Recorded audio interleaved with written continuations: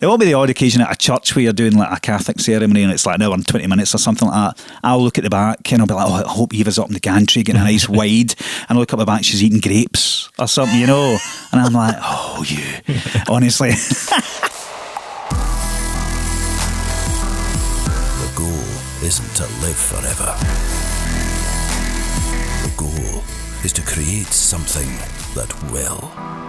You're listening to Perspective, a podcast for wedding creatives where we sit down often with a special guest and talk about our many years of experience in the wedding industry. On today's episode, we're talking to one half of Craig and Eva Sanders Photography about what it's like working alongside your partner. Craig has travelled all the way up from Kilmarnock this morning just to be with us today in the studio, so we brewed him a lovely cup of coffee and we are ready to talk to him about the rewards and hardships faced when starting a family and still running a successful wedding business. Have you ever wondered what it would be like to work in a business with your partner? Then this is a must-listen episode, as where we get into some of the personal details and spilling some brutal truths that may sway you away or even entice you towards doing exactly that. This episode is of course sponsored by With Jack, but I'll get onto that later in the show. In the meantime, over to my beautiful working wife, Gregina. What are we drinking today? Don't call me that again. I'm good, and what we're drinking is Dita Ardicinelli coffee from Florence. It's a Mamma Mia espresso blend. Our friend Dan, who lives in Florence, sent it over because he drank that when he was on the podcast. That's right, over yes. in Italy. So if the name sounds familiar, that's why. And we've brewed up 3 espressos for us and our guest, and we've also got a Chemex, just because we wanted to try it. with the same... It's an espresso blend, but we wanted to try it boys. on the Chemex. And we've got Craig in Hello. today. How are you? I'm fine, thank you. I'm just going to pour this coffee. Looks very fancy, boys, I have to say. Well, yes. Like you mentioned, sorry, we didn't have an espresso. I'm not seeing any semi-skim milk about or any full-fat sugar. Our listeners sorry. Our listeners out there will be like, I think you'll be guessing the level of your guest today then. Sorry, I'm a... Can you take it black? Yeah. There's got to be a joke in there somewhere, surely. That's my trolley dolly days. So we've obviously known you for quite a long time. You're one half of Craig and Eva Sanders. Yeah, I'm Robin, Eva's Batman. Right, okay. I always thought you were going to be Batman. Well, it's not. your name's first, Craig. Well, it used to be Craig Sanders Photography, and then it became Craig and Eva Sanders Photography. And I'm sure on the bank account it says Eva Sanders Photography. Wow, she's wise. I think so. I can't even log into my bank. I do that with Simon. I don't give him a bank account card. You know, that's how... So you actually are like a kind of married couple, aren't you? Pretty much. Yeah. I mean, to be honest, you have your roles. You have the company. specific roles. Oh, definitely. Yeah. Oh, definitely. I mean, I used to have a company card, but here's what happened. I used it, and then I forgot the PIN code, and then Greg wouldn't update my PIN code. And on purpose. Did you see your bank balance rise as a result of that? Oh, yeah. Yeah. Well, I don't know, because just the other day, what was it, hand sanitizer came to the door, waterproof plasters. Was there some latex gloves in there? I don't know. I was like, what has he been buying? And what is going on here? Who needs a box of latex gloves? There was a mistake on Amazon. We ordered stuff from a list that was made ages ago. Aye. Yeah, so if there's anyone who shouldn't be trusted, it's really Greg. Yeah, aye. You need to search his search history. Oh, I don't want to go. I don't want to do that. I know Greg well, but I don't want to know him that well. I know. Nobody wants to know that, do they? How was your weekend? It's only... Well, hang on. Where is Eva? Oh, yeah. Eva's in the house. She's got a meeting at 1 o'clock. And we are desperately trying to catch up with retouching emails and stuff like that. Because we were away camping for 4 days down in Durham. Very nice. Very nice. No, it wasn't. It was bloody awful. No, I'm not joking. It was lovely, Eva. I loved it. So we're back just trying to catch up with emails and stuff. We used to have a girl who worked for us, Kelly, but she left last year. Aww. So we've just taken all the responsibility of emails and stuff like that. You guys love Kelly? Oh, we loved her. Absolutely loved her. Where'd you go? She got a better job. No, I think she was with us 5 years. Aye. That's a good stint. 5 years we meet locked in a room with me and Eva. I mean, bloody hell, she should get a knighthood or whatever it is. But no, it was just, I think it was time for her to move on. And do you know what? I think it's probably been the best for us as well, because it just means we can start to get a grip. I think you get a bit lazy actually when someone's doing all your emails and stuff. You start to become a bit detached from, correspondence and blogs and who's contacting you, stuff like that. So it's been quite good. Maybe not so much for me, because Eva's been doing all that work and I've taken on more of the retouching. But so aye, and the money's good as well. Aye. Know that we're paying Kaylee a lot. Kaylee, if you're listening, I'm sorry. I did want to pay you more. I don't think she's going to want to click on this episode. 5 years of listening to you is enough of me. I know. She's probably had way more than enough of me. Well done, Kelly. By the way, this coffee's quite nice. Can I just say good, that? good. And that's the longer version. You haven't touched the short All right, espresso I thought it was yet. a taster. It's apparently That's more the medicine, is it? Yeah, it's definitely way stronger. Is this what coffee connoisseurs do? They drink different coffees at the same time? Is this a norm? It is. Are you guys just kind of out there? Some cafes. You Really? get a flight. Yeah. So you get an espresso, a filter, and a flat white. But not usually to the sample same. how the coffee changes in those different The methods. terminology for ordering coffees is getting way too confusing, guys. I mean, what happened to white coffee? No, coffee with milk. I mean, what's that called now?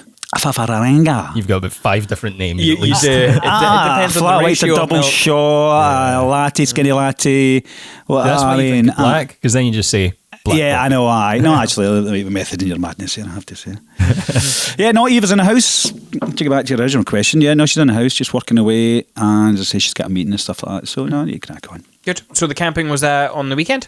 No, it was the schools were off up in Kilmarnock yes, of anyway. course. So first week was just kind of filling Lila's time. You know, which is one of the pressures of working from home, being a double act. Yep. You know, I think I don't know if you're going to go into, but so it definitely has an impact on your workload. Although working from home, obviously you can catch up at night once Lila's in bed, if she ever goes to her bed. That is Catch up on what? work. Got you. Yeah. I've been married for 9 years, Simon. And I know. So last week was the second week, so we went away down camping for 5 days down in Durham with good friends of ours, and had a great time. Although it was bloody freezing, but no, it was a great time. All right, good. Eva is a professional camper. Aye. She's probably on Amazon right now looking at camping gear rather than retouching or working away sort of thing. So, Right, she's, okay. I don't know why, she's but an I didn't expert. get that impression. Did you not? No, we've Me obviously not neither. spoke to her. I don't never ask her about camping, for God's sake. Next time Honestly, we work God, never it's gonna ask be the her, first thing I honestly. do. Honestly, I swear she's an expert. By the way, you reap the rewards of her research when you go camping, because she does. She's got all the gear. Yeah. I mean, camping with electric blankets isn't really camping, is it? And electric blankets. I know. Hang on a minute. I know. Electric hookup, electric kettle. I know, it's kind of cheating, isn't It it? has to be. I mean, the max you'll go is like a gas. Get some gas, a gas stove. Oh, there's plenty of gas, mate, don't worry. No, it's just a good excuse for a bevy, and we go huddle around the campfire and stuff. It's great. Yeah. It's great. I mean, I'm saying that as if we're getting in touch with, you know, the wild and stuff, but with an electric blanket, you're not really getting in touch with the wild, are you? But we woke up and there was the inside the tent had ice in it. So, I mean, we're still hardcore. All right, Still yeah. hardcore, huh? Yeah, I mean, fair Bear enough. Grylls, sir. Ice, jeez, oh. Yeah, no, Did you have absolutely. a wedding to get back for the weekend after No, that? actually, we're wedding before that was on a Monday All through in right. Edinburgh at the Caledonian Hotel. Nice. Waldorf. Sounds a bit posher than it. And then, so we went away and set up on a Tuesday, away on the Wednesday, so I think. So, Monday weddings are quite good, actually. I quite enjoy a Monday wedding. Yeah. I enjoy them as well. Yeah. Aye. It can throw your week off though sometimes. You're like, Yeah. what day of the week is it now? I know, and you get lulled into thinking you can have a few bevies on the weekend before, which is never a good idea, is it? Although some people can do it, not for me. No, not for me either. Too old. No. Not you. The Just night us in before, general. I'll have maybe 6 or 7, but I mean, joke. Anyone listening? Well, we had a good weekend, kind of. Oh, I didn't ask you. I know. All right. Simon, but I how's your get- weekend? Greg, I how's get- your weekend? I gotta make the podcast flow. It's the job of the host. Okay, so we're batch recording. Okay, so we're talking about an incident that happened in the school holidays, even though it's not school holidays. Okay, Okay. to pretend it's school holidays. Okay. So it's the school holidays, and I say to Greg, hey, I'm going to take, was it Wednesday off? Wednesday, Thursday, I think. Thursday off to be with the family. Did you have to run that past Greg? Obviously, Greg has to green light it. He And I said, did. that's All okay, right. because I'll probably work from home one day this week because I've got family over visiting. Mm-hmm. So we decided to go to Culzean Castle. Very nice. Have you ever been? No, I'm a member. Great. Well, yeah, great. I love being a member of the National Trust. Mm-hmm. It's great. Free entry. Sit down, have a nice wee lunch. Mm-hmm. Who bloody well comes over? Mister, I'm supposed to be working from home over here. I'm like, what the? Hey, I'm supposed to be enjoying some family time. I don't want you coming to hassle me. He's like, oh. He drove all the way to Culzean to ask you a question, did he? I've brought the whole family. I'm like, looking was like over. Oh my 15 God. of us there. Really? Having a picnic. Oh, are you in a gang, Greg? Yeah. Are you in a Kelly posse? Yeah. Then my mum Have you got a was uniform? like, is that Simon? And I went, Simon who? Wait a minute. Your mum's in your gang? She's the leader, mate. What colour bandana does she wear? Pink. I walked over to him, I was like, what's going on? And then we just accidentally ended up spending a lot of time together because we would leave the play park and go to another section. Like I had kids Aye, with one me of as those well. awkward kind of bumping into And each then, other at every Swan Simon Pond. just 100 and, yards in front aye. of us. Yep. Yeah. So Was it a bit embarrassing when you were running about the climbing frames and stuff, Greg? Was it? I stayed up the top of the actually, that pavement. was me. I was like, oh, look, there's some monkey bars. Texting Greg, hey, there's some tough mudder training down here. Come on. That's right, aye. But there's That's right, too many That'd be good kids. practice for tough mud, aye. They didn't like me doing the monkey bars. They were too impatient. I'm like, hey, I'm trying to train here. Yeah, no, I beat And it they're 4-year-old Wayne. Was that you Exactly. that kicked my niece in the face? Well, she deserved it, okay? Yeah, My no, aye. shot. I know. And the good thing was, I was working from home. Managed to book a wedding that day. Woo! Wait, Went home good from the times. park, did a call with an American couple, booked. when you mentioned that you were going to take a call, I pictured you in the garden just outside the castle, be like, "You right, guys, I'm just chilling in my garden." That's right, yeah, just that's my overlooking the house. castle. We've all got a castle here. Overlooking yeah. the fountain, Americans love the that. cannons. Yeah. Sitting on the cannon. It's amazing the amount of Americans, and people in general from abroad, whether it be Australia, Canada, who came over to Scotland to get married, isn't it? It's amazing. I love it. Absolutely. But no, it's fantastic, it is absolutely say- fantastic. At least 60% of our couples last year were American. I agree. Or No, half of them were American at least. I think we probably did all those 60% with you, did we not? Maybe. No, we did, say a huge percentage, maybe 30%, 40%, it's certainly foreign, Yeah. Yeah, that's his. It's Australian, mostly Americans though. Mostly Americans. always nice to work with Americans because they know you're from Scotland. Whereas if you're dealing with Scottish couples, they're listening to me going, "Are you American? Are you Well, Canadian?" to be honest, Simon, I've known you for from years, and I Still still doesn't don't know know where if you're you're Scottish or I know you're from, the upper class. How dare you, sir? How dare you? You're wearing a monocle right now.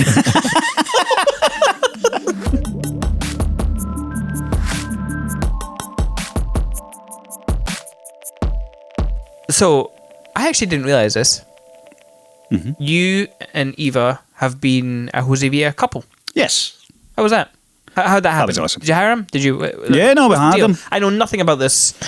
Greg mentioned it the other day, and I was like, "Oh, cool." He doesn't listen to you when we're working together. Yeah, I know. 'Cause I remember you to be saying fair, I that know. No. He was- I listen. He's got the coming- headphones on, it's no plugged Was he in coming anymore. to Scotland? And you were like, when does this opportunity come up? Well, what happened was Eva's always been a huge Josevia fan, as have I, but her more so. And he was a guy back in about 2007, 2008. He was a guy that Eva found with another couple of photographers, American, because America has been our biggest influence style-wise and stylistically and stuff. Yeah. But Josevia was the eureka moment, the epiphany. The kind of, that's what we want to look like. Which is strange because he shoots film and we don't and stuff like that. But just his approach, just his the kind of elegance, try to get the aesthetic, not overcomplicating it and stuff like that. We just thought, wow, this guy is a genius, an absolute genius. And then when we kind of noticed, so we tried to kind of learn as much about him, bought his book, etc. and stuff like that, and just kept an eye on his blog for homework basically and stuff like that. Cool. Hopefully, I don't think you ever realise it's rubbing off on you, but it hopefully it kind of did a wee bit. I know I would say wherever compare us to Josevia, my God, we're Partick Thistle and he's Real Madrid, do you know what I mean? But I am not a football fan. I don't understand those references. Yes, I'll explain later. Right. Apparently this is all rubbish, right? All right. Well, not rubbish. Right? So we just kept an eye on his blog and stuff like that, and noticed that he did workshops, you know, and he was always doing them in Italy or Mexico or Peru or something like that, some of these beautiful places. And we always thought, I'd be lovely to do one, but you know, they started off at $3,000, $5,000, $7,000, and then I think Eva was on maybe a good few years later. I mean, we were married, and fast forward, I think Lila was 2, so it's not about 2013. Eva had checked out. He was doing a workshop in Italy somewhere, and Eva's a huge fan of Italy. She knows how to speak it and stuff badly, but she can get her way through a sentence or whatever. And she talked about spending $15,000 doing a workshop. Wow. So obviously, I get terrified. Of course, right? Big investment. You know, a huge investment. You know, but by the way, they would be amazing. So I think because the locations, he goes full out. You know, he's got stylists involved. He has people from Style Me Pretty come over and do talks, and I mean, you would get your money's worth. You really would. But we kind of come up with the idea. Why don't we just email him and see if we can do a wee? If he's ever in Scotland, as he might be. If whether they would do a family portrait. So we sent an email to him, got his email address from somewhere, and sent an email over, and within 2 minutes he emailed back saying, "Hi guys, would absolutely love to do a photo shoot of you. I'm actually in London shooting a wedding in July. All right. I can fly up to Scotland 2 days later or a day later or something." And it kind of fitted in with us, and we must have been feeling a bit flush at the time or whatever, but he sent his prices and stuff, and we went, bugger it, let's just go for it. Because when we'd get married, we'd got a friend to do our wedding pictures, so we'd never really and he wasn't a wedding photographer, you know, he did a great job and stuff like that, but it's maybe something we'd kind of wished we'd maybe forked out on something. And so we went, bugger it, let's go for it. So it just kind of went from there, and then we kind of a bit of correspondence stuff, and we kind of went to town, and you know, Eva got some nice dresses, and you know, I had my nice suit from Walker Slater, we pitched there. And we took him up to the Buchel up at Glencoe or whatever, and just literally, we probably took him too far, to be honest, because we were in the car, and he had his lovely assistant with him. I forget her name, apologies. And we were in the car for a couple of hours, you know, and just chatting. He was very open. There was no secrets. There was no kind of defensive wall. When we first met him, gave us a big hug and stuff like that. So it was amazing to kind of meet one of your heroes, so to speak, and him to be so approachable and so lovely and open. So I always kind of thought, you know, it was better than doing a workshop where you're one of 50 people, one of 30 people, you know, and you'd be lucky to catch a wee 5 minutes with him. We had him one-on-one, you know, in the car, just shooting the breeze for 2.5 hours up to the Buchel, did our shoot, stopped somewhere coming back as well for another wee shoot and back, and it was absolutely lovely, very charming, you know, both of them were, and as I say, very accommodating with information and stuff like that, you know, and it was just great to see him work, and you know, as I say, there was only so much we could get out of it because he shoots film, so there's not much, you know, I mean, I used to shoot film when I was a commercial photographer, but I know the whole process of medium format and things like that, and Polaroid and things, but there's not much we could take in that sense. But it was just amazing to see him work, and then to see the results as well and stuff like that, which was amazing, you know. Did you steal anything from that session, like the way he was talking to you, or...? Even myself, we carry a reflector, a diffuser. I know all video guys know this, they love us for it. And a wee blanket and a wee pair of step ladders. We carry that to everywhere. It's an absolute pain in the backside, but we do it. It just gives us a bit more control, you know, uncontrollable light conditions and stuff like that. And, you know, you know, we just find it helps us get the look we're after. You know, he didn't. He just fired off. Yeah, to be fair, he lucked out with the weather. The weather was incredible and stuff like that. A really nice flat light, although there's a wee dink of sunlight as well, and stuff like that. No, I was maybe a wee bit surprised actually about how just kind of simple his formula was. You know, I was expecting him to go into a bag and pull out a sun.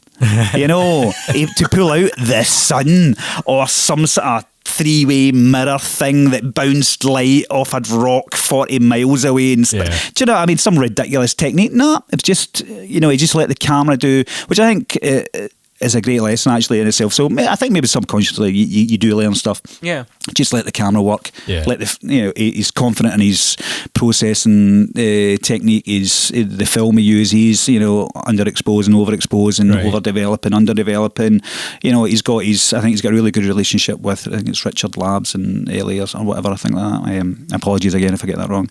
But he's got it down to a fine art. It really does. Hence, he's called a fine art photographer, which I've never really understand. I still don't understand it. But you call yourselves that. Nobody knows what it means.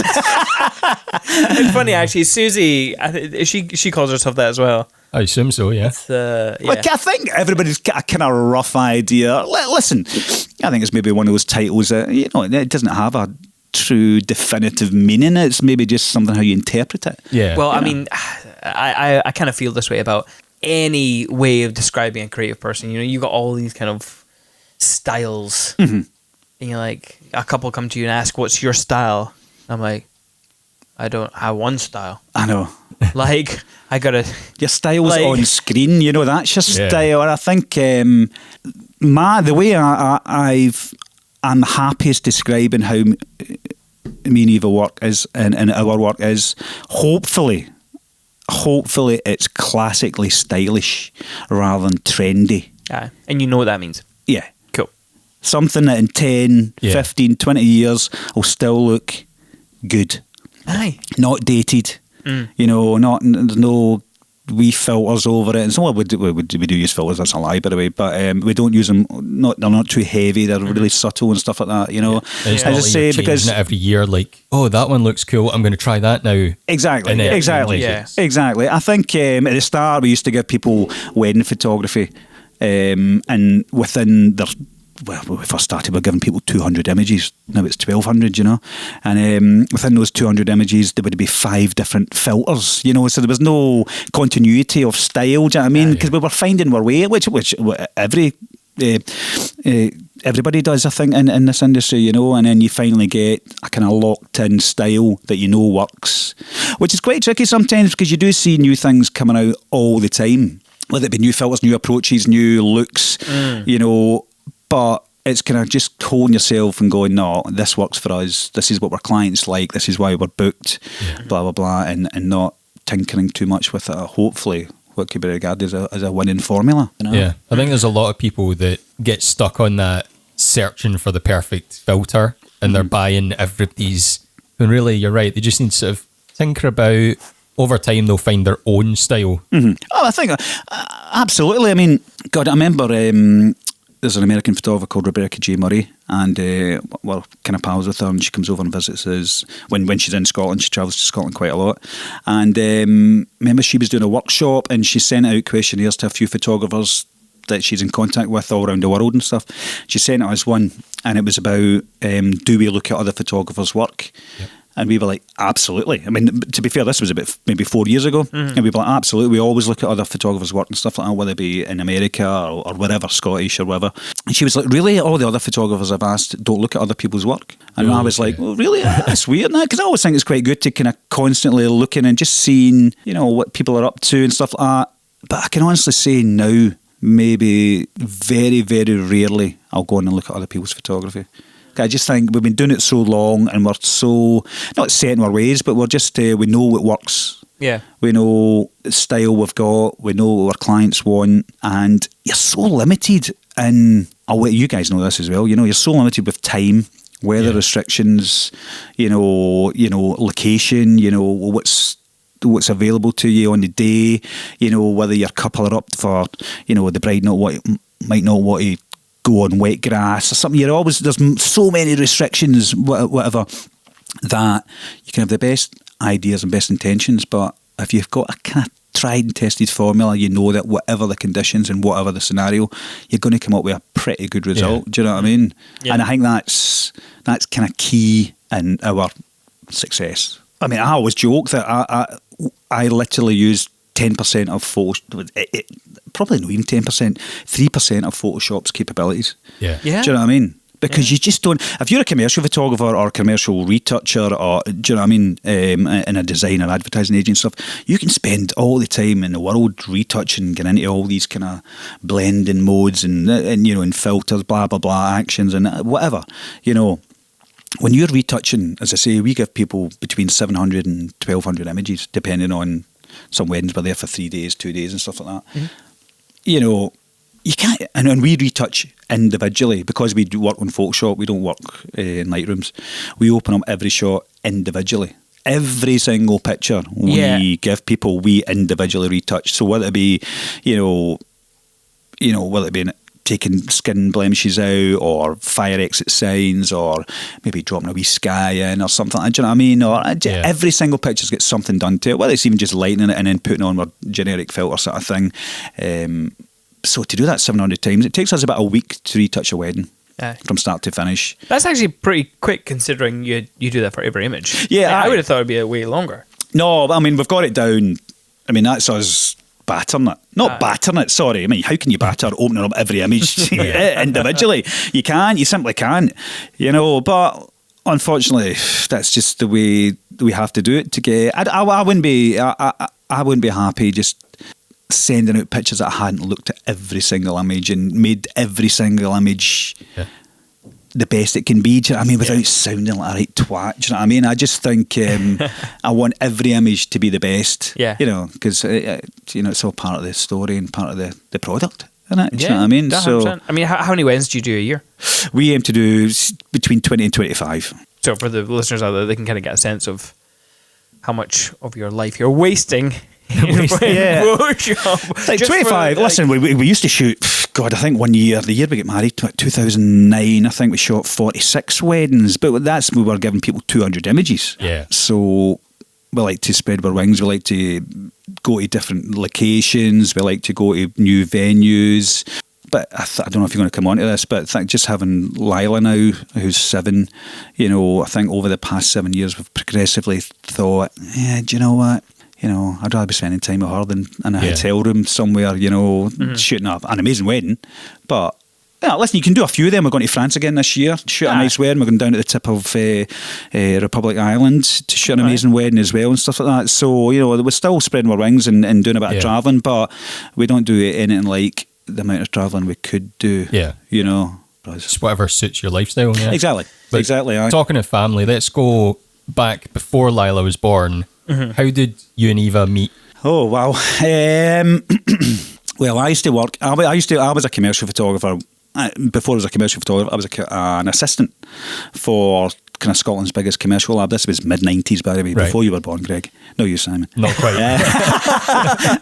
95, 96, I went to work for Scotland's biggest commercial studio called The Picture House, based up in kind of Maryhill in Glasgow. Right. And it was 3 of Scotland's top photographers, commercial photographers, got together, set up this huge big studio, and worked here for a few years. And Eva used to come in because I studied photography 1990 to 94. And I think Eva studied from 95 to 99. I could be wrong there, but it was kind of around about that. Right. So we didn't cross paths then. But Eva came to the Picture House just to kind of get some experience as an assistant. I kind of met her then. We never went out then or anything like that. And I don't think Eva will mind me saying that Eva was the worst assistant that possibly has ever worked in a commercial studio. She was awful. The main basic of a commercial photographer is it's not to load film, it's not to do lighting or look after clients' stuff, it's to make coffee. I mean, she wouldn't last 2 minutes in here. She wouldn't last 2 minutes in here. She never even used. She used to stand in a corner and just kind of stand and look pretty. And we had a big cardigan on, and that was it. Hopeless, absolutely hopeless. So kind of just see her sporadically in the Picture House, and then I left the Picture House and started my own commercial photography company, and kind of saw her intermittently. I think she came in and assisted me once. I know why. She was bloody awful. And then she doesn't listen to her. And then never saw her for a few years. And then she sent me a text out the blue. I'm actually telling you the story of a relationship, no, actually, how we started work. That's fine. And she sent me a text out of the blue. Text messages existed by then. Touche, my friend, touche. It's carrier pigeon, actually. And she sent me a wee text under the premise that she wanted to ask me something, but it was really kind of to try and go out with me, I think. Oh, she won't mind me telling you this, but she's very open about this. So, and we ended up in our we plan. Had her perspective on this story. Yeah, no, I get her in. That's right. No, absolutely. By the way, she will tell the exact same story. And her cunning plan worked. Oh. And here we are, married. So, no, and then we kind of got together in maybe 2004, moved in together a year later or something like that. And then Eva worked on the picture desk at the Glasgow Herald. So still kind of involved in photography, you know, the kind of the photographers in there and stuff like that, you know, and you maybe still took some pictures as a wee hobby and stuff like that. But no, she'd done her 4 years higher national diploma, advanced national diploma, which is the same as one I did. So she had her training and stuff.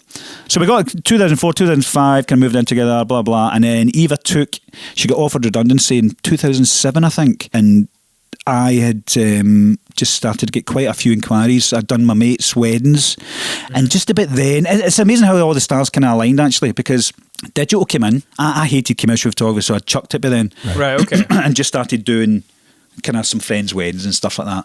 Then the advent of digital came in. And the advent of digital kind of led to the whole boom of the internet with blogs. Blogging came in, you know, the whole kind of like, and then this whole perception of weddings being kind of old-fashioned and for failed photographers kind of changed as well. It became quite trendy, and I hate using that word, but, you know, it was quite you know, you could be very creative, and, you know, and it started to be a bit more fashion-led, and, you know, and then like style blogs and things like that, and things like Style Me Pretty came up and things like that, and made it a really kind of, I hate using this word, but kind of cool industry to be in, or to be... Yeah, totally is. Do you know what I mean? Yeah. So, we thought, bucket it, let's go for this when she got offered redundancy, you know, and we kind of went for it full time. Now started doing wedding shows, bit of advertising, business cards, all that kind of stuff like that, you know, set up legally and things like that. Legally, that sounds a bit dodgy. You know, and it took off from there. And whatever our approach, and Eva finding, this was coincided totally with the time that she found these American photographers, Jose V and stuff, you know, and our approach, although if you look back at our weddings back then, you know, I think, you know, they were still good for the time.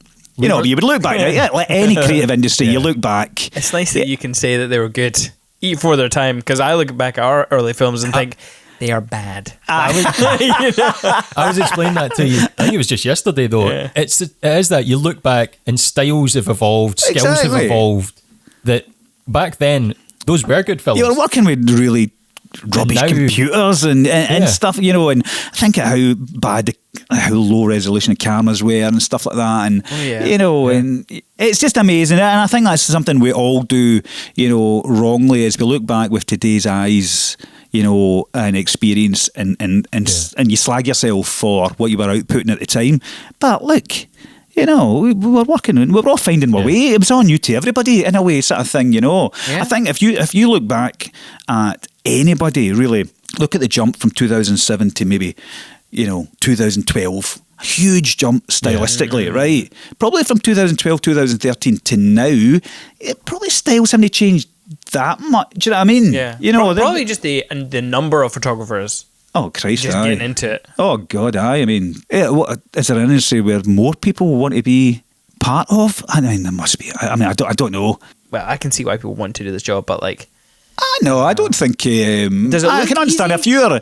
Well, I think that's definitely... Does it look cool? Like... Well, I think hopefully it looks cool, you know. You know, hopefully, I mean, it's, you know, when you're in a pissing rain with a bride and groom hiding under a brolly, and you've got 10 minutes to try and come up with some amazing photography that they've booked you on, you know, at a venue there's no light, it's not very glamorous, you know, and the pressure's on and stuff like that. But listen, that's where you earn your money, you know, that's where you earn your reputation, and you know, and that's where experience comes in.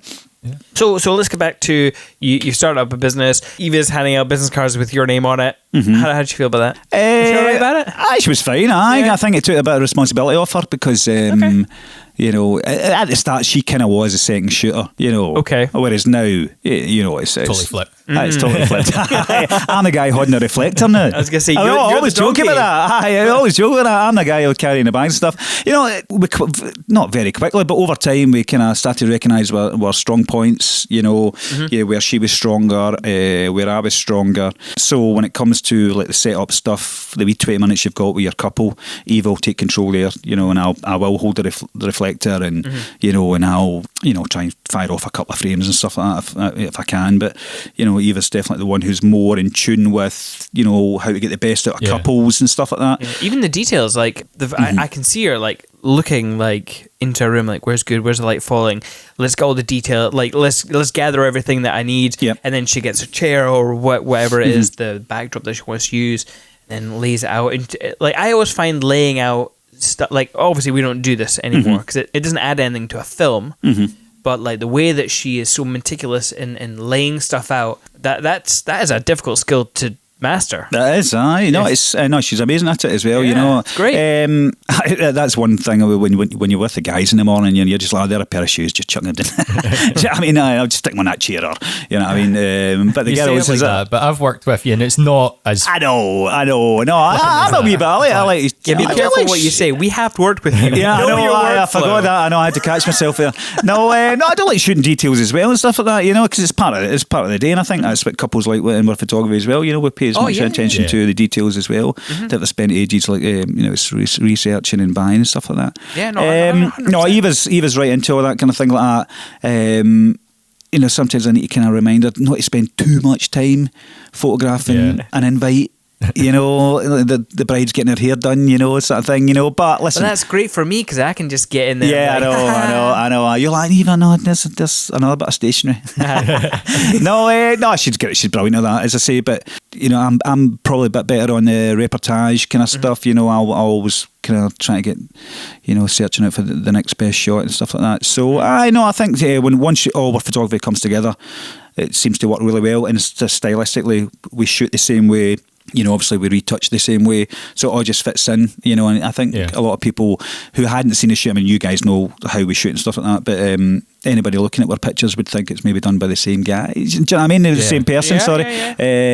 You know, because can you look at them in post production? Can you tell this was an Eva photo or this was a Craig one? Like, say for the reportage section where you're both shooting similar stuff. I can, I can.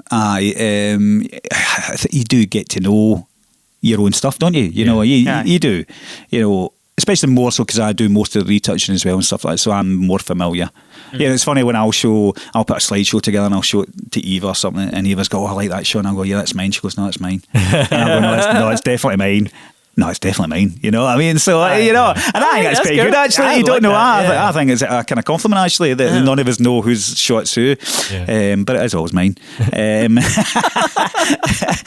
So, I know we just work really, really well together. You know, and we've found, as I say, strengths, weaknesses. You know, I think another thing about working together is couples, especially in the wedding industry, couples like working with a husband and wife. I think they like the dynamic of the girl goes with the girls and the guys with the guys. I don't know. Are you sure though? Because what they're looking at is essentially themselves in like 10 years time. So it's like, oh, look at this couple bickering in the corner. That's going to be us. But I like to Whereas think, you've got like Greg and I being like, hey, having a good Simon, time. I like to think we bicker with charm, don't we? You know, there's a real charm to our bickering. If you want to see real bickering, you want to see us in the car there. You know what? I can imagine that. Or even after. See those photographers? Oh, I know. No, I think, listen, Chris, we'll have our moments, don't get me wrong. But I think, you got to be professional, you know what I mean? Even if you're hating each other at that precise moment, you know, you can't let it show. So, obviously, you mentioned that Eva's more than just a second shooter. Oh, God, no. I know. That was 2007. I know, but Eva's a driving force of the business, she really is. Do you have... okay, so on a wedding day, do you have specific roles that you keep to... from wedding to wedding? Like, not defined. Eva's very good at doing the details. She'll do the details, or Or do you just kind of play by ear? Just play by ear. I mean, I think obviously with the two of us, Eva's with the girls in the morning, I'm with the guys or at the location doing setups and wides and things like that. You just get to know your roles. You know what I mean? Basically, you're photographing everything, aren't you? You're photographing everything and anything. The beauty of digital is, you don't have to use it, so you shoot way more than you have to, but, you're just shooting everything and anything connected to the day, however small, trivial, however insignificant, however major. You're shooting everything. You just get into a kind of flow. I'll always be at the front of the ceremony. Sorry, Eva will always be at the back, so she'll follow the bride in, and then she'll stay at the back to get wides and kind of a different viewpoint. I'll be down the front getting tighter in reactions, ring shot going on, stuff like that. But these are unsaid things, it's just the way we've always done it. So, as I say, that's always the way we've done it. So we've never we've never went and said, right, remember and do this, remember and you get the thing we and stuff like that. There will be there will be the odd occasion at a church where you're doing like a Catholic ceremony and it's like an hour and 20 minutes or something like that. I'll look at the back and I'll be like, I hope Eva's up in the gantry getting a nice wide. And I look up the back, she's eating grapes or something, And I'm like, honestly. I wish I was up the back there. Yeah, I mean, but I'm at the front just firing off, machine gun. Yeah. We know our roles, we know our strengths and weaknesses. You guys will have seen this as well. I'm always up looking at the meal.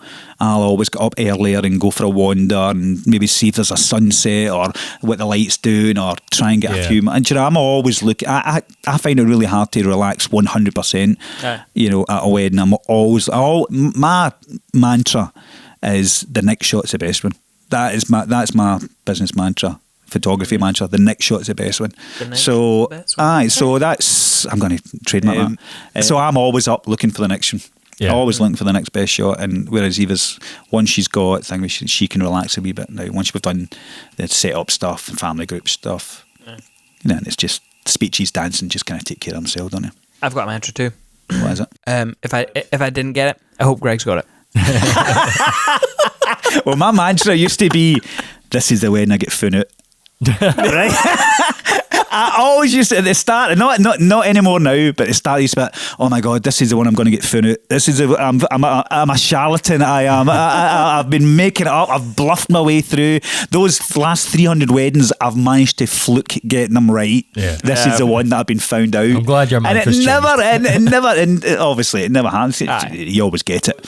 Still thinking back to sort of before having a child. Mm-hmm. You've talked about your roles on a wedding day. Did you have defined roles when you started the business with regards to admin and business tasks? I think it was whoever was at the computer at the start, to answer the emails. I think it's good to have a consistency. So fast forwarding to now, when Kelly left, Eva said, right, I was like, we'll just split email duties. And she's like, no, we need one person who's just on it. They know they've answered this person. They know they've get back to that one. They know what stage we're at in correspondence with that, blah, blah. So Eva's taking that on. I think at the start we were a bit more kind of like, whoever gets first on the computer and things like that. But again, it's just, inexperience and, and lack of understanding about how a business runs and things like that, So at the start, listen, if there was mistakes to be made in running a business, we made every one of them. I think everybody does. Yeah. You really do. The amount of money you've wasted in crappy advertising and stuff that hasn't worked. But it's just, unfortunately, it's just the nature of business, isn't it? You need to make all the mistakes and stuff. Nobody's ever not made mistakes. There's always things you wish you'd done differently, or gear you hadn't bought, or do you know what I mean? It's ridiculous. Like honest to God, it's amazing, but it's all part of the process, isn't it? Yeah, no. And then 100%. Before you know it, you're 12 years down the line and picking and choosing the weddings you want and stuff like that. It's so we're doing something right, but listen, we still make mistakes. Me and Eva, we're not business people. We're not. Some people have just got a flair for it. They've just got that gene, that whatever, that chip, whatever it is. Me and Eva don't have it. It's not to say, we don't know how to run a business, but we're just not driven like that. It's too easy to say, like, creative people maybe don't have that so much, but there might be something in that. But we've always just bumbled through. Yeah. Running a business, and to be honest, sometimes you can think there's maybe more to it than there actually is. Keep your receipts, just keep good correspondence, get an accountant and do everything right, and proper, you know what I mean? But I don't know. That seems to be a working, winning formula. Yeah. Yeah, I think we're on track with a winning formula. Mostly because you do all the emails and all the admin and keeping stuff going forward, and I'm just on the computer going, look at this nice shot, Greg. Look at this. This is nice. Whose shot is this? It's mine. It'll be mine. I always thought Greg was a talent, actually. That's why I edit, because all my shots get in.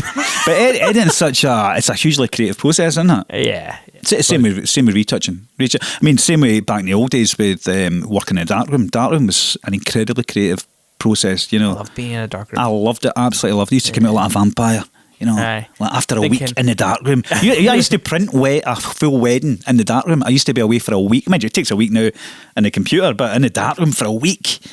Radio on. Just brilliant. Is that why they called it Lightroom? Because I don't know. It's not Do you know, darkroom. I've never thought of that, I wonder actually. if that is the branding wise. I bet it is. Aye, it will be. Business and admin wise, we were the same at the very start. I would text Simon and say, are you replying to that email? Or can you do that? 'Cause Aye. we wouldn't, like, at that time we didn't have the office. And he'd be like, yeah, okay, I'll get it. And then eventually you just find what you're better at, and it just evolved that, right, for consistency, I'll do all the emails sort of thing. Which is a great thing about small businesses, isn't it? You know, you do get to know your strengths, weaknesses, what works, what you're good at, what you're not, you know. And then you decided to create Life. Yes. Yes. Did you have any worries on how that would affect your business? I think Going forward, just naturally you would always worry about it. I think, especially at the beginning, I think that's why we decided to go down the road of hiring someone, because emails and admin was just becoming so time consuming. And then add into that mix a baby, you know. And, you know, it's hard not to talk in cliches when you're talking about babies and business and things like that. But, you know, your priorities totally change, you know, once you get a baby. You know, you just don't care about the emails and stuff like that, though. You know, you have to answer them and things like that. So I think, again, muddled through it. You know, you just learn it. The beauty of working from home, which we always have. I know you guys have got an office here. You know, we've always worked from home. And we've tinkered with getting an office and, you know, getting a studio and things like that, but we work from home. We've got a studio in our home. We just always managed to somehow work it, you know, where one of us would be looking after Lila, you know, and then go for a walk, but you'd always catch up, work at night and stuff like that. You know, that is the beauty of the nature of our business, you know, and I'm sure all businesses are the same, you know, especially ones that work from home. You know, it's just that juggling. You know, you'd be working I've worked into 1 o'clock at night retouching pictures because you've had the afternoon off going for a walk around the park where you're pushing the pram. Do you know what I mean? So it always kind of just worked like that. I think everybody will be the same, you know. But it's certainly I think we noticed early on after having Lila that emails and admin was becoming too much. You know, and because our time may have been slightly restricted, that we were falling way behind with retouching, because they were spending so much time on admin stuff. And that's where we went to the council, actually, and they were doing a scheme, you know, where they paid for someone to be employed for 6 months, and then if you wanted to keep them, you just kept them on, sort of thing. So, and that's where Kelly came on board, and it was the best thing we ever did. It really was. You know, it took the pressure off us. You know, obviously it was a big commitment financially and stuff like that. But you know, it was the best thing we ever did, because we've always been, you know, without sounding a bit corny and stuff like that. It's, you know, it's about quality of life and stuff. You know, it's not about money in the bank. It's, you know, it's about having a quality of life, and especially having a baby. You want to spend as much time with the baby as possible and stuff like that. You know what I mean? So I take it you feel that investment in having Kelly was worthwhile. Absolutely. In terms of having more time with Lila. Oh God, throughout the day. Absolutely. No, absolutely. Because you knew if you took the morning off, there was, you know, whatever you had to do as a couple, you know, with Lila as a baby, you know, the business was still churning on. You know, emails were getting answered, admin was getting done. You know, Kelly was so great on the computer that she actually started. I mean, we got her in for admin, but she was so brilliant on Photoshop and stuff like that she started retouching when we weren't there and designing albums and things like that. So she was, honestly, I can't speak highly enough of her. She was absolutely brilliant. She really was. And it took a real stress off us, and, you know, it kind of helped us enjoy Lila as a baby more, because you knew the business was in safe hands, you know. Which was great. As I say, best investment we ever did. You know. It really was. Did we ever work with you when Eva was pregnant? Did she ever shoot weddings? Yes. She was shooting a wedding. I feel like Brigadoon, I feel like. She was shooting. Maybe. We shot a wedding at Pollock House 10 days before Lila was born. And I remember one moment, it was a beautiful day, and at one moment we were running and Eva ran past me. I mean, that's how keen she was. Wow. She was 9 months pregnant and ran past me. Amazing. And I thought, how unfit am I? Man, I need to get in shape.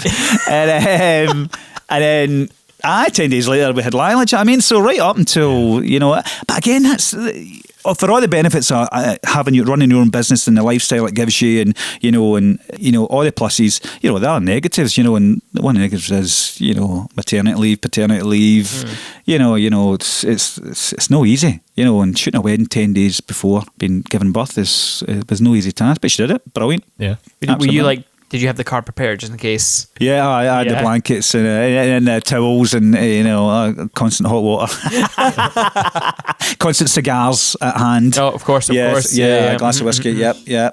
I remember, I don't know what age Lila would have been, but when we shot in Mount Stewart, you took Lila and was it your mum, mother-in-law? Simon took his whole family. That's right, aye. We should have got a coach. We should have just got a coach, shouldn't we? A wee minibus or something. How have you dealt with childcare, being a husband and wife team? Well, it's fantastic because Eva's mum and dad are both retired and very young retirees. I mean, mentally and physically. Is that right? You know what I mean? Yeah. They're good for it. Aye. They've still got the old... We've seen your father-in-law dance and the high kicks he can do. Oh my, he was loving those high kicks. He retired at 56. He's living the dream, Yeah. That was a few years ago now, to be fair. But no, they come with us, and they have done from the very start, because they love travelling, and so we went to France last year and we took them. We stayed for a week, shot the wedding. They've been over to Ireland with us. I think they're coming over to Ireland. Well, they are coming over to Ireland again this year. They've been to Inverness, Aberdeen. They always come away and instead of driving up and driving back through the night, we'll go up and stay for a couple of days. Again, one of the joys of having your own business, and just go up, spend a few days there. So you can go up there a couple of days early, do a recce of the location, and just make a wee day out of it. Shoot the wedding. Lila's there. In good hands, and then maybe spend a day or two afterwards just kind of enjoying the area and stuff like that. It's brilliant. And France was great as well, the World Cup was on and things like that. So, no, they're absolutely brilliant. They're absolutely brilliant, and I couldn't do it without them, honestly. It would be a huge, compromise in the business, if we didn't have that option. Yeah. I think we'd need to look more for maybe midweek weddings rather than weekend weddings, when Lila's at school, and then we can maybe get her to pals or whatever and stuff like that, Because you always shoot together, don't you? I always shoot together. Yeah. Have you ever thought about diversifying and not splitting up? But we did it. We did it a couple of years ago. We thought, why not shoot 2 weddings? We always only want to shoot 1 wedding a weekend. Right. Not every weekend, as I say, because we only want to do 25 max a year. But a couple of years ago, we thought, why not shoot, instead of us giving people 1,200 images, 1,000 images, why not? Okay, we thought that's too many. It's too many, right? We're giving them too many images. Why not just go and do single shooter weddings? We'll do 2 a weekend, reduce the price slightly, but overall make more money, but it just, we didn't enjoy it as much. See, having that, you touched on it earlier, having that safety net of, because the bride's walking down the aisle, or the first kiss or something like that. Now, who knows who's going to walk in front of you, or you're going to paint yourself into a corner where you don't have an angle and stuff like that. Now, the pressure of missing too much, it wasn't as much fun because of that. Plus, you're not having anybody to have a bit of banter with, and and that's the biggest thing for me. Just love having I like having a good time at a wedding, No, but it makes your job so much more fun. Yeah. But I think the pressure of being the sole person there was too much. And I think what I was doing, probably as well for Eva, although I can't speak for her, but I was trying to give the couples 2 people's photography. Yeah. Do you know what I mean? I was trying, instead of just realising to myself, right, I'm one person, they're not going to get all the angles, they're not going to get all the different lenses, sort of thing. There's only so much you can do with a pair of hands. I was just going mental and forever being here, there and everywhere, and it was exhausting. It was absolutely exhausting. I mean, hats off to people who shoot them on their own, do you know what I mean? And then we ended up giving them 700, 800 images each as well, so we were hardly reducing the amount of images, do you know what I mean? So, and then we got to a point we were getting second shooters in as well to take that slight burden off us, but that meant we were having to retouch other people's images, plus finding people to shoot in the same way you did and stuff, and then paying them and stuff. Yeah, it was just no. Again, it's one of those things that when running a business, you've got to try things. You got to try it, because on paper. Yeah, on paper it looked great. No, we'll increase our turnover by 70% every week, every second weekend and stuff like that. But it's just It's, again, it comes back to that. It wasn't worth it. Yeah. Financially, it made total sense. But they're tough enough as it is. Do you know what I mean? But it was just it wasn't for us. It'll work for other people. Doesn't work for us. Do you know what I mean? I think that's what you've got to do. We've kind of got a winning formula, and it seems to work. And as I said, touched on earlier, couples seem to really like the dynamic of husband and wife, and and everything that brings. Yeah. Since having Lila, do you feel that any of your roles have changed in the business? Nah. It's hard to say because this has just been our norm. You know what I mean? We've never had Lila's our one and only child. This is just our norm. We've always had the business, and then Lila came along, and you just make it work for you. Right, and because it's such a malleable way of working, retouching. I mean, you're actually only physically working. Although Eva does have a Love Lila Photography, which is our kind of kids' portrait business, and we do commercial work under Love Lila as well. So we'll work for a design agency in Kilmarnock and stuff, and do shoots for Hutchison School and Wellington School and things like that. Do you know what I mean? So we do have commercial work as well. So sometimes we do work during the week, but it's just always just worked. Do you know what I mean? It's sorry, it's not that interesting an answer, but it just has. You just make it work, don't you? You do the school run, you come back, you batter into retouching. I go and pick her up at 3:15, and take her swimming and stuff. I'd mostly do the school runs, and Eva straight on the computer answering emails before we get into retouching or shooting or whatever. I think Eva's got a big shoot on tomorrow for a cake girl, a wedding industry cake girl, if that's how. A cake maker. Greg's. Not Greg. And then Friday she's got a wee kid's portrait, I think, and then Saturday we've got a wedding. Oh, great. So that's the thing. The bummer is, obviously, we see Lila all the time.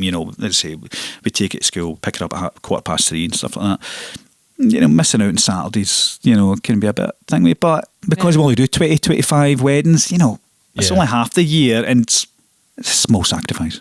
I mean, there's other jobs that I don't know if people do actually together, like the oil rigs and stuff.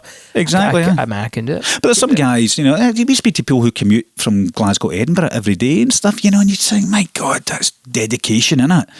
Yeah. Sitting in a car for 4 hours a day before you get to here, 2 hours there, an hour and a half there, an hour and a half back, and then they've got families as well. Do you know what I mean? So, it's an amazing industry for all its, its pressures and stuff like that.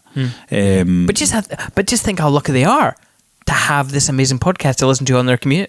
That's right. Yeah, I know. Well, maybe know this amazing one. With Jack was designed from the ground up and is tailored specifically for creatives. Whether you provide a service like design, development or photography, or offer advice to clients, With Jack is for you. It's focused on creatives. Insurance shouldn't be complicated, so With Jack has made every step easy. You'll deal with one form and talk to one Jack as you sign up, get covered, and move on with your day. With Jack is all about bespoke insurance for creatives. Simple. That doesn't mean more forms or faff, it means less. It's not about endless features and stale service. It's about one solid policy and the personal touch. Bye-bye unnecessary fuss. Hello, creative friendly insurance. Be a confident creative. Let's talk about how that's affected your relationship, like working together. Good thing?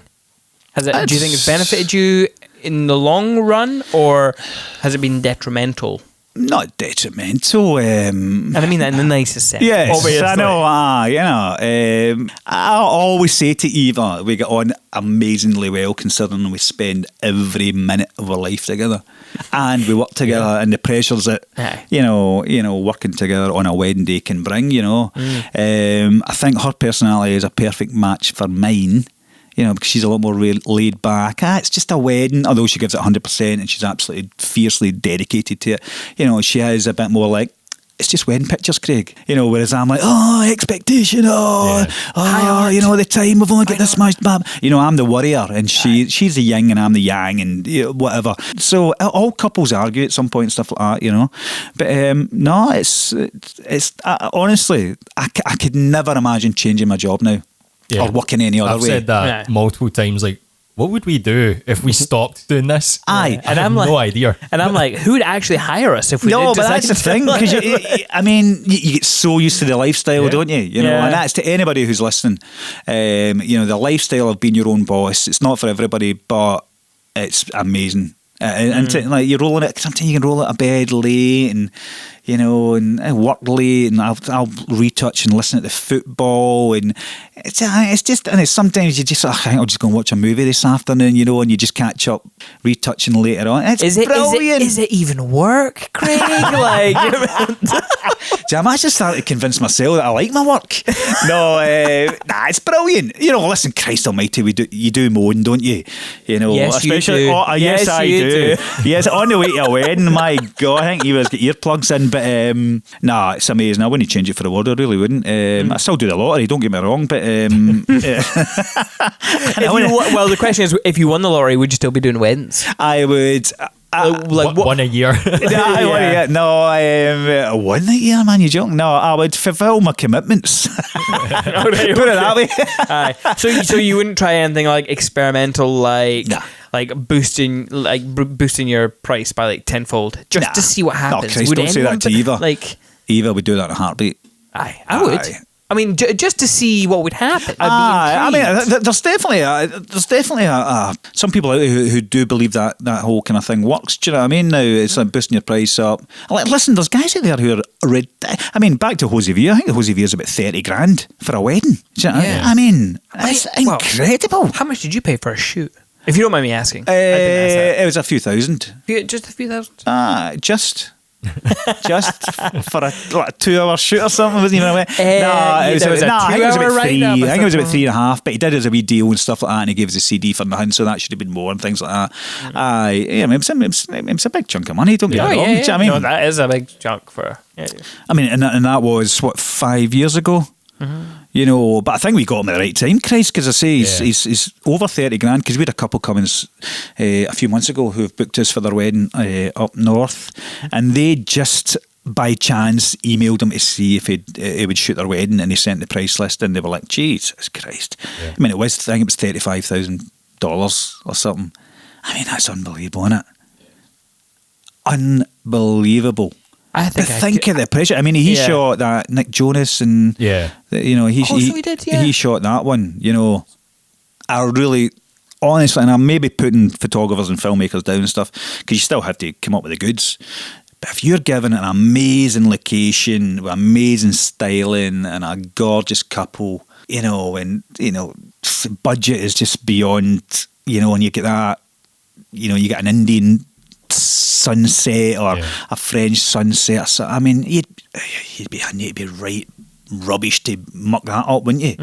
I'm sure some people have, by the way, honestly. I suppose it's getting to the level where you can book that. Exactly. That's the problem. That's the challenge. And you know, luckily me and Eva, we've dipped our toe into that kind of market and stuff. No.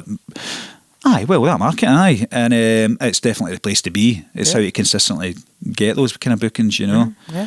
Because that is, I mean, your job. Although it's a kind of balancing thing, isn't it? Now, the pressure that comes with doing those high-profile jobs is unbelievable, but the rewards of what you're shooting and everything that goes with it is way more.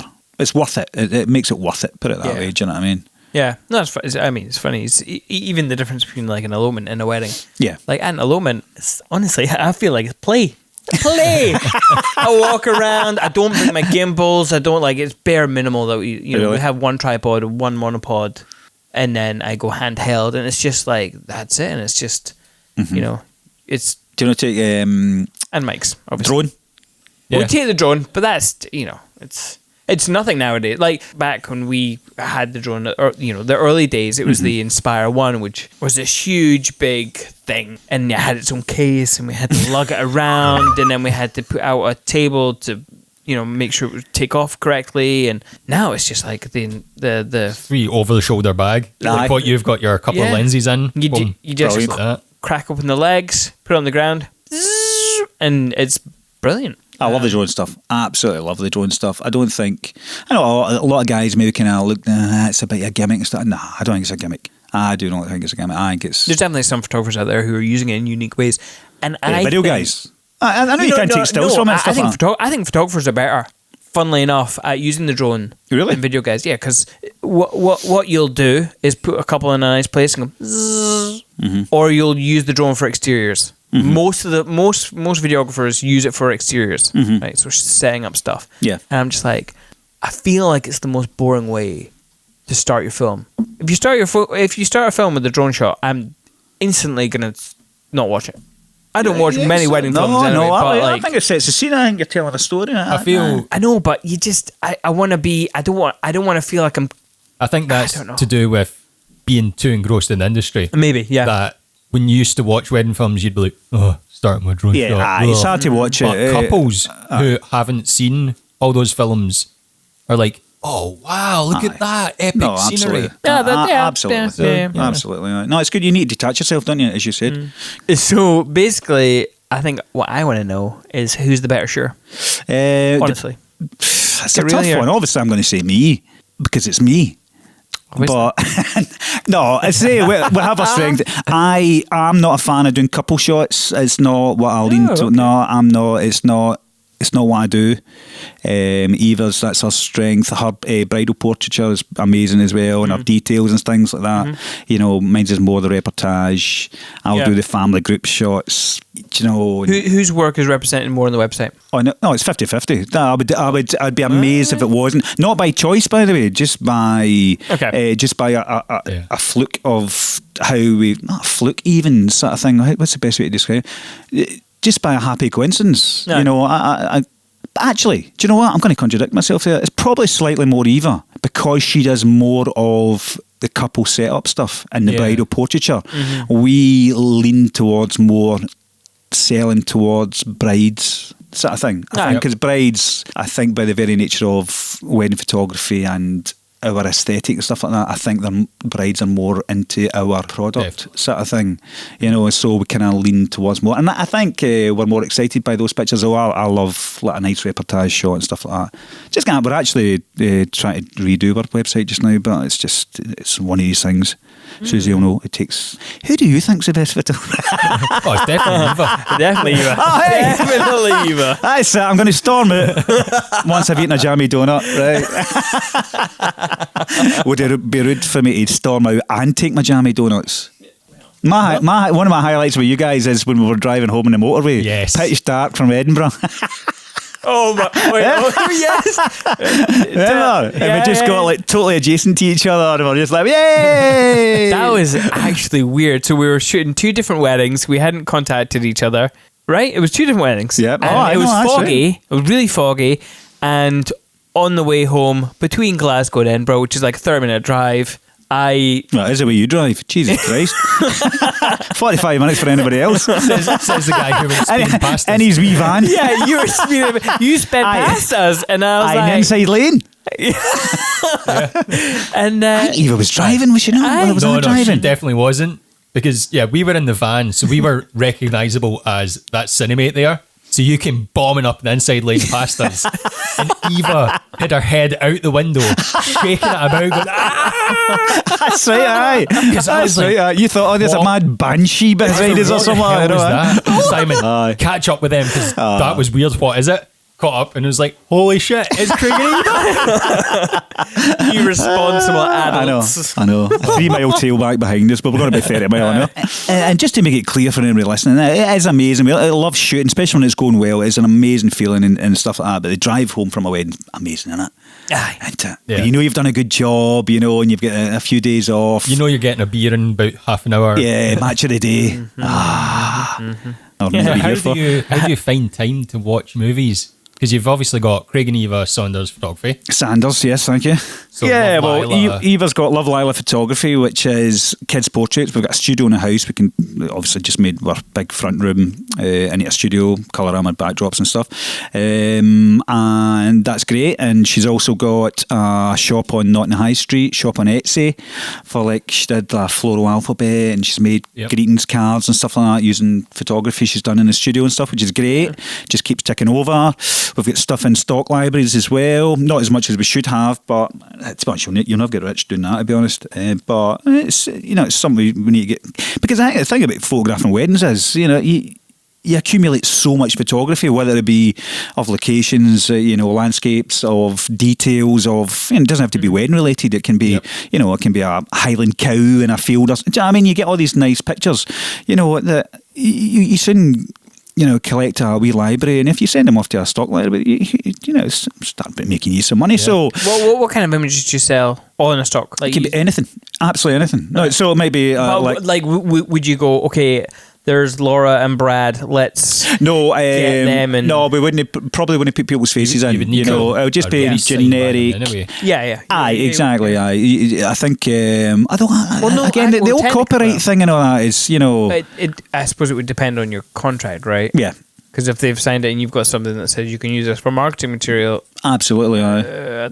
That's a sticky one, isn't it? Because if somebody come back and say to you, which we have had, couples come back who've signed contracts saying we can't use the images, and they come back and say, listen, we'd rather not because so and so's in the military or something like that. Of course, you're going to recommend. It's frustrating, because you might have some amazing photography that you want to share and stuff like that. But I think we've had big clients who'll tell us straight off the bat, listen, we don't want to use any images, but is there a buyout clause and stuff like that? So you factor that into the price and things like that. You have an NDA thing. Yeah, we've had a couple of them. So and they've been amazing. It's frustrating, really, really frustrating, because if you can use those images, your profile would shoot through the roof and stuff like that. But you can't, and that's part of the business and stuff. But to get the gig, you need to sign what you have to sign, get lawyers involved and stuff like that. So it can interfere slightly with the main Craig and Eva Sanders photography. The weddings is 80% of our focus, so it can get in the way a wee bit. But again, it's just learning. The work's got to get done, right? So anybody who runs their own business, if you need to work late, you're working late. Do you know what I mean? The work's got to get done. It doesn't matter when. It doesn't matter what time it gets done. It's got to get done. Yeah, and if you meet your deadline, I think you guys will be the same. You give your clients a kind of rough deadline. You might say like in the summer it might be a bit later, but we try and get your weddings to you. We say photography. I know videos are a lot longer, but we'll try and say like 6 to 8 weeks. In the end of summer, it might be 10 weeks. So you've got a kind of time scale that you've got to work to, and then you'll look at your wall planning and go, oh God, we'll get 4 to get retouched in the space of 3 weeks. But you just need to knuckle down and do it. Maybe get the in-laws, to look after Lila a wee bit more. Or, do you know what I mean? It's the work's got to get done, and the clients can be invariably be, although they're very, very keen to see their pictures, they understand. That it's not a product you want to rush. I would, and I say that to my clients. I would never rush the retouching just to meet a deadline. Because I don't want to compromise the product and what they've paid for and what they expect. Expectations is everything to me. Theirs and my own. When we first started out, I thought, oh my God, making couples wait between 3 to 4 months for their film. They're going to be desperate to see it. That's going to annoy them. I know. But then when you explain to them, we only take on this amount of weddings because we can focus on your wedding and we want to make sure it's right before we send you it. They're like, yeah, that's totally cool. Like 3 or 4 months, whenever it's ready, it's fine. I know, but then you get then you get the email 2 weeks later saying, "How's my video come along?"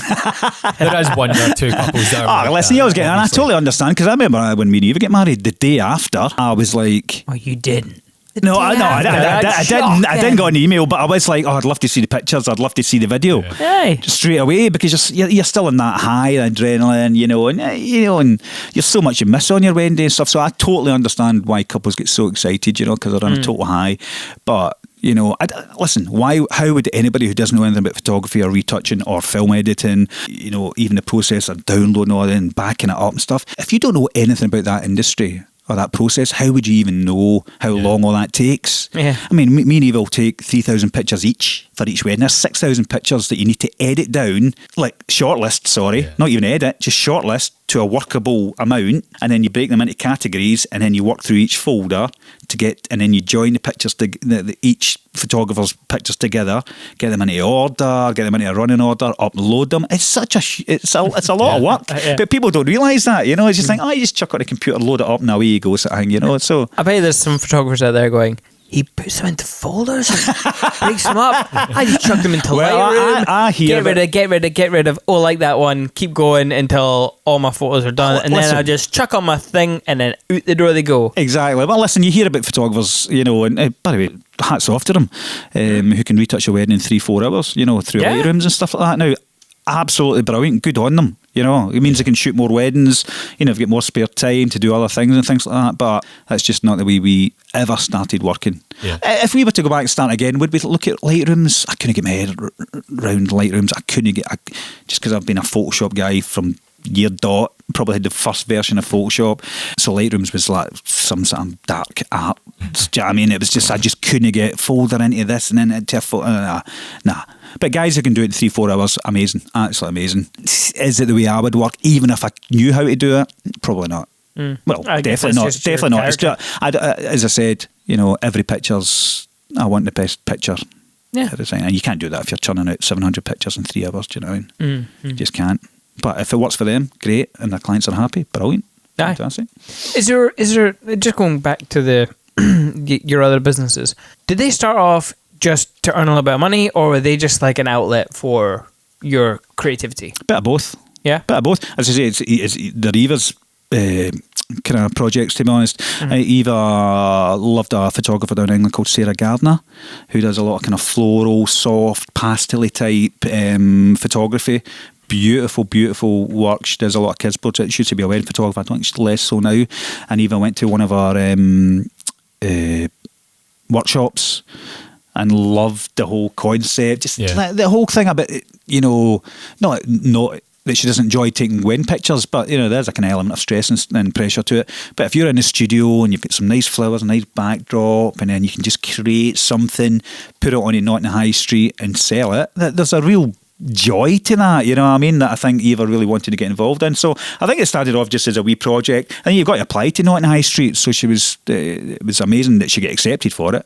You know, but I say through Etsy and other, I think there's other things as well, greeting cards companies were in and things like that, you know, it just became one of these things that, you know, one thing led to another, and, you know, before you knew it, we were doing a whole alphabet and doing all these like Mother's Day cards and Christmas cards and stuff like that. And it was something she loves doing, and she wants to do more of it, to be honest. But it's just, you know, it's finding the time. Yeah. Finding the time. But cool. Well, the great thing about having your own studio as well, your own space to be able to shoot if it's a nice day and there's nice flowers in the garden, wild flowers, something. Eva's like, I fancy doing she'll get a wee idea or something. She goes, the flowers are out, I can do that now and stuff like that. So, absolutely. We've heard you guys described as leaders for, not leaders. Oh no, I quite like that. Don't take it away from me, Greg. Runners in this sort of husband and wife team and sort of led the way. And we've also heard of you described as a power couple. Oh, power couple. But we know you're not. By Eva? Has he heard this? I don't know. So is there anyone that inspires you guys photography wise or business wise these days? Anybody that is worth checking out other than Jose Villa? Do you know what we do? Check out Orange Photography. That's Reed and Samantha, American-based couple. Right. Incredible, very, very beautiful stuff. Friends of ours as well. They come over and stay and stuff like that. Rebecca J. Murray. Although I think Rebecca's maybe moving away from photography a wee bit. She's into dress design. Very creative person. That's as I say, I'm probably not the best person to ask about Susie Lee. Oh, you know what? Just because she's sitting 10 yards to your left. She's sitting right next to me, to be honest. And she isn't holding a gun. No, Susie's amazing. Listen, there's amazing photographers everywhere, you know, in Scotland, England, anywhere, you know. I mean, on YouTube as well and stuff like that. You see amazing photography and stuff like that. I don't know, I think earlier on I said we used to look at photographers all the time. Hardly ever now. Yeah. I just think we know what we're doing now. I think to look at other photographers, one, it depresses me because I see how You know, you're seeing other photographers now at amazing venues, now up a volcano in Iceland or something like that, and you think, oh, why does that know me? Yeah. You know, but you get inspired by it, but equally depressed. Do you know what I mean? So a bit mostly inspired and stuff like that. Don't get me wrong. But again, on the flip side, you can look at photography. Like sometimes I go on and look at a location I've never been to before to see what other photographers have done at this location. And a lot of times you can come away with a negative connotation of what's awaiting you because you're not a fan of the photography. And it's not even not a fan of photography is probably the right way to describe it. But it's not your style. And then you turn up and you go, oh, yeah, I wasn't expecting this. So sometimes looking at researching can maybe be, you know, counterproductive. Do you know what I mean? Do you know what I mean? So again, we do have kind of connections with photographers down in England who send work our way and we send work their way, and you know, and we're good pals with Crofts and Kowalczyk in Edinburgh and stuff like that. Simon Sylvia are lovely. But no, say those days are gone of really looking at other photographers. Jose Villa is still the man for us. You know, the guy who got me into photography was a guy called Anton Corbin, who photographed like U2, Depeche Mode, Joy Division, all that kind of stuff like that. He was the guy that got me into photography back in the 80s. More so his videos, actually, because when I get into photography, it was more a stepping stone to get into film work. I wanted to be a cinematographer.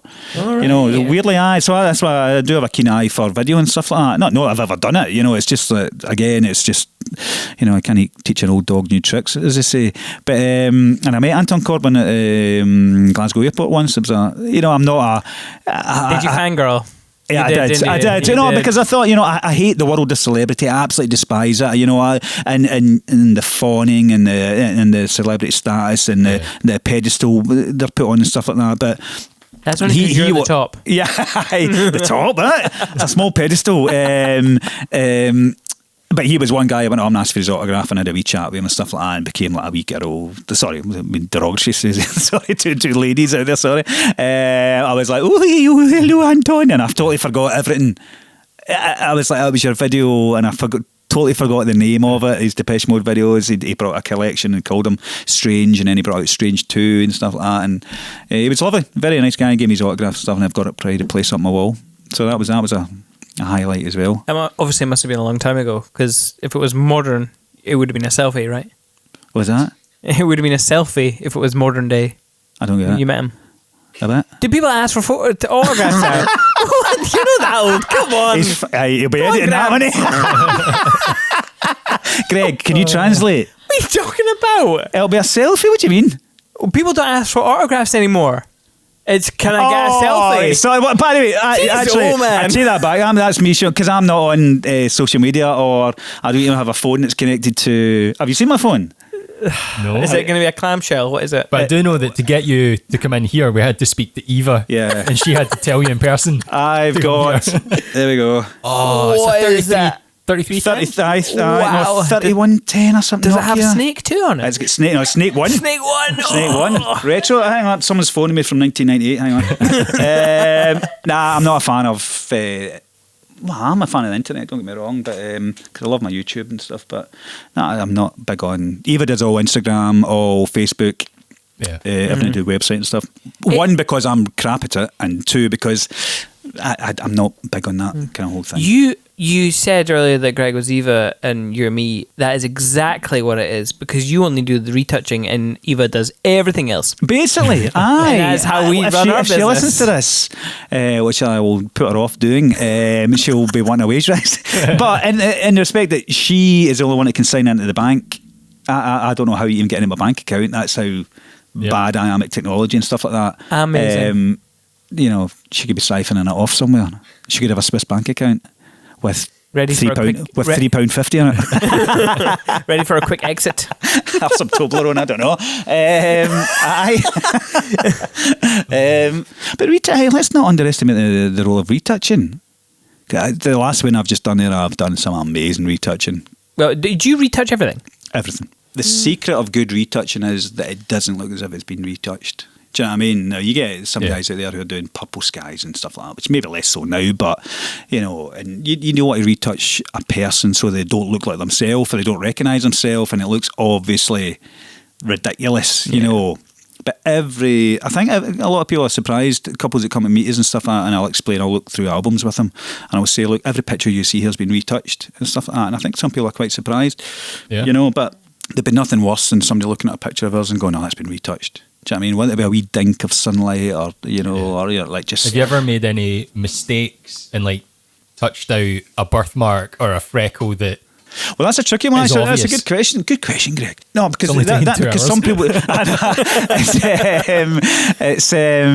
It's a tricky one, that, because especially, I think more so with kids' portraits. I remember doing a kid's portrait years and years and years ago, when I used to shoot them, and the wee baby girl had a birthmark on her forehead, and I said to the parents, do you want me to retouch that out? And they were like, no.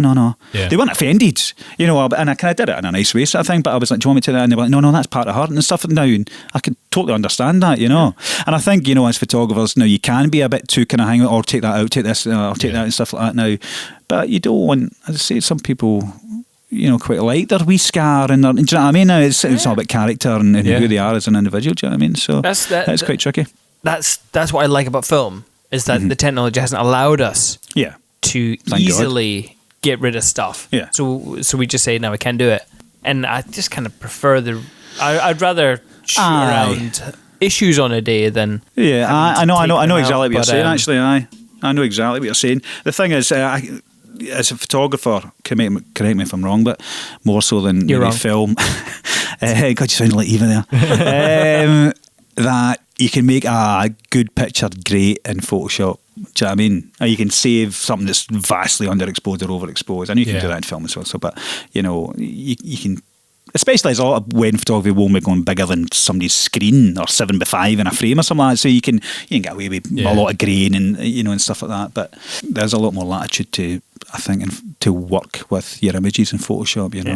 And Lightroom. I'm always amazed that photographers kind of complain about the latitude of some cameras. And literally, I have seen completely black images become acceptable. Being acceptable. It's like, you can't do that in video. What on earth are you guys talking about? I know, it's incredible, isn't it? I mean, you should shoot. Well, you could shoot down a coal mine, couldn't you?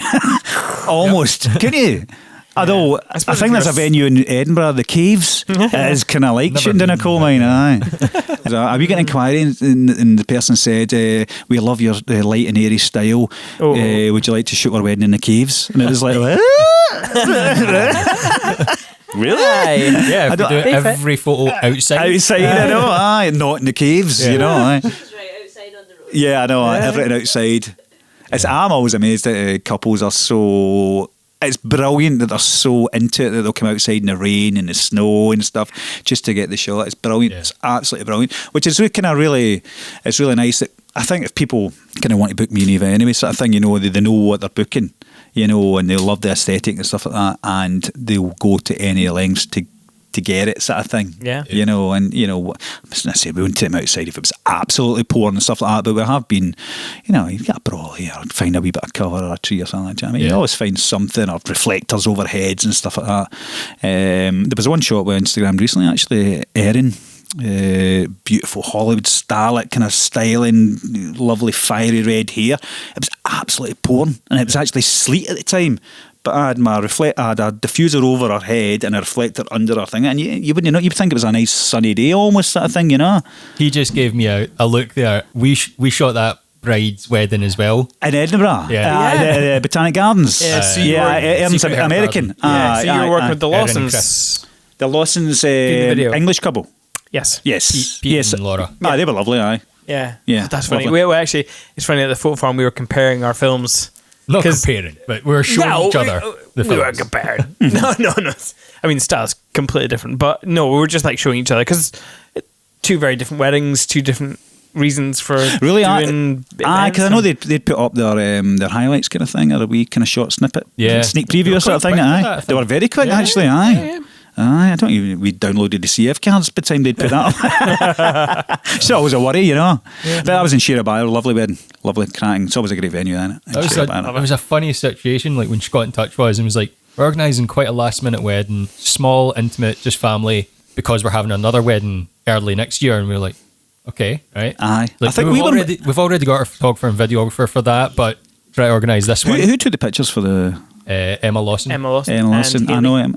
I know Emma's name. Blomqvist on that. She's very nice. So very nice photographer. It was weird. Like it's like okay, well, cool. Aye. It's having a No, it's great. I know, absolutely. And now Brilliant. seeing it on other people's Instagram feed at another wedding, it's like Aye. this is weird. It is weird, isn't it? Aye. But great. I wish more people did it. I have 2 weddings, guys. Yeah, I know. Aye. But I mean, obviously, we had the real wedding, Yeah. right? The legal one. Yeah. The better one. The better one. Aye. That's not what she told us. I'm not getting in. Aye. So do you Loved your wedding. you've mentioned that you like watching YouTube quite a bit. Do you have any YouTube recommendations or just any book recommendations or anything for people to go and check out, leave us with? Again, no. Most of the stuff I watch on YouTube is political, and I love watching podcasts like Joe Rogan and stuff like that. So you wouldn't want to be watching the political stuff because that's kind of I love that. I absolutely love all that stuff. As far as videos, I think Eva started watching a wee bit of Peter McKinnon. What's up, everybody? And I watched there's a guy Piximperfect. It's an Indian guy. I can't remember his name. Apologies. And he does like 10-minute tutorials, 5-minute tutorials about Photoshop, which is amazing. He does it in such a brilliant way that that's something I've just discovered recently that I don't think you can ever know too much on Photoshop. You know, it's something you should always be trying to learn. So something, if I have a bit of time, I think, or maybe in the turn of the year, because we always like to keep the New Year and Christmas quite quiet, I'll maybe do a wee bit of homework and try and get into that. Because I watched one of your videos yesterday and I was trying to drop a sky in, and it was just like, I can't do this. I couldn't do this for like 10 images or something. It would just, I mean, it would take half a day, you know, and you just don't have that, you know, thing. But I think if you got to know how to work the software super quick, you know, you could probably batter through it quicker, you know. I've got a wee question. Yeah. When we were talking to our friend Ashley Baxter earlier on in the podcast, she mentioned couples' expectations. Do you ever worry that by editing every image, even if it's not, you can't notice it, or replacing skies, you're giving a false sense of expectation to potential couples that's then affecting the industry? What do you mean, potential couples? Like couples who are getting married. Couples who are getting married? Aye. No, because I'll just do the exact same with theirs. I know, what I mean? but you're portraying a false sense of reality by replacing the sky, but doing stuff like this. Do you ever cross your mind? No, I don't think so. I think because it's done in such a subtle, natural way that you're slightly enhancing what you've got, you know. So the sky I dropped in yesterday was just a very subtle, just a wee bit of cloudage because it was just a blank white sky. Yeah. So it was just a subtle wee bit of cloudage. I mean, it's just that couples, you know, you just couldn't look at it and go, oh, that's super dramatic or anything like that. It just looks, hopefully it looks really natural, you know. And again, getting back to like photographing, you know, retouching people's faces and, you know, or whatever, you know, it's keeping it really natural. Really, really natural. I mean, hopefully the way we shoot couples as well is really natural. That I think some couples are quite surprised that we give a wee bit of direction and, you know, and say like you need to turn your shoulder here and, you know, there's a bit of direction involved. I think some couples are quite surprised by that because hopefully it looks quite natural. You know, so a lot of times you're setting a couple up and you're saying, right, look down here, look down there, and you'll try and crack a wee joke and they'll get a wee laugh, and that's the shot you're looking for. It's not the one you're setting up with. It's kind of quite serious, or, you know, you don't want to be too serious because it's, you know, I hate that. My dog's just died, wedding photography. I like to be joyous and kind of natural and fun and kind of light-hearted sort of thing, you know what I mean? I like a little bit of my dog's died. Do you? Aye. Just a wee bit. By the way, I like it as well, but I don't know if it's not my style. I like the aesthetic of it. I love it, but it's not my style. So it's very useful. It's very hard to, like, you take one image and that's just one image. Yeah. But it's, you know, it's how you use that piece of video in the context in a film. Yeah. That I kind of enjoy playing with, because obviously we have the nice, like, the party elements and the dancing and the fun, and there's sadness in our films. But sadness. I like. Was that when you send the invoice? Not sadness, but like, you know, like maybe I'll set up with the bride and groom being, you know, like a wedding day. They start off separately. I know what you mean. So I'll enhance that element of the story and make the bride seem lonely, or like she's kind of looking out the window and thinking, like, what's she thinking to herself? You know, like that kind of Makes me a bit loneliness. of melancholy. And then, well, you know, but it just enhances the joy aspect, Yes. you know, because the way that we shoot, we don't shoot everything as it happens. We shoot like little details of happening, so we can hint at the story throughout. And I think the storytellers. I think actually that's storytellers is exactly what we are in it. Do you know what I mean? It's like you're telling a story from start to finish, and that's why we tried a few years ago doing options where people could just book us up to the speeches, and we ditched that after a couple. We just thought, nah, because I like to be there at the start and to the dancing, and you're telling the story of the day sort of thing. You know, some couples will contact you and say, listen, we're not interested in getting ready stuff. I like all that. I like being there at the start, you know. I like it too. To me, it's part of the day, and it's part of it just makes for a natural story of start, finish sort of thing, you know. We used to have morning getting ready stuff as an extra, and then like within the last 2-3 years, we're like, no, let's just always say that we film it.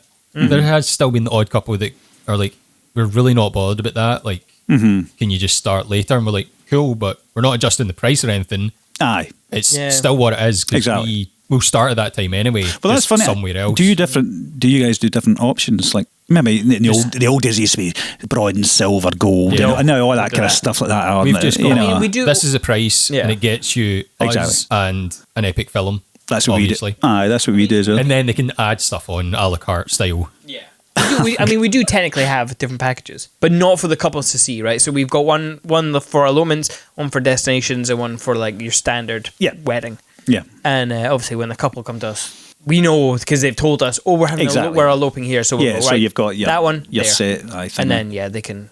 Yeah, no, we're the same. We're the same. We tried all that gold, silver, bronze, whatever, and we just thought, nah, it's just overcomplicating it. It's just making that a model, and we liked shooting from start to finish, and we just thought one size fits all kind of option, you know, and take it from there. Something. Yeah, I'm quite intrigued with Lisa Devlin's approach to pricing. She does it per hour. Really? Aye. It's one of those things that, you know, especially on the weddings that are running a wee bit late and the first dance isn't until 10 o'clock, you think, that's quite a sharp way of pricing it and stuff like that, you know? Yeah, she uses that to her advantage, I think, for the most part. Yeah, or fireworks or something like that, you think, wish I was getting paid by the hour. It's a long wait for 5 minutes of Especially bang bong, you know. Shooting fireworks. I know that's a different story though. Inside joke there. Well, thank you very much for coming in. My pleasure, guys. Lovely to see you as always. I hope I've managed to help you out with some questions and stuff like that. Obviously, you don't manage all your social handles, but do you want to tell our listeners where people can find you? Do you not know?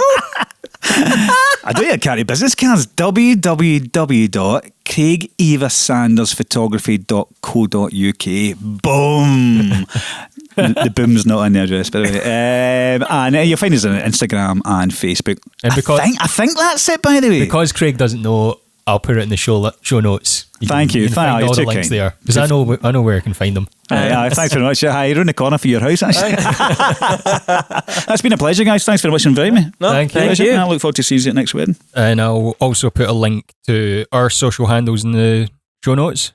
That's at Cinemate Films everywhere, and cinematefilms.co.uk to listen to the latest episode and get all the show notes. Yep, if you listened to last week's episode, you'll know that we don't have any review shout-outs, but that's, again, we're the same because it's only a day after recording-wise, because we're trying to batch record episodes, because we're away out in the next couple of weeks. So we hope you enjoyed this episode, and if you did, hit that subscribe button so that you know when the next episode goes online. Please leave a review. That's a massive help in order to grow the podcast, or if you don't want to do that, totally cool, just tell a friend. However, till next time, enjoy your life.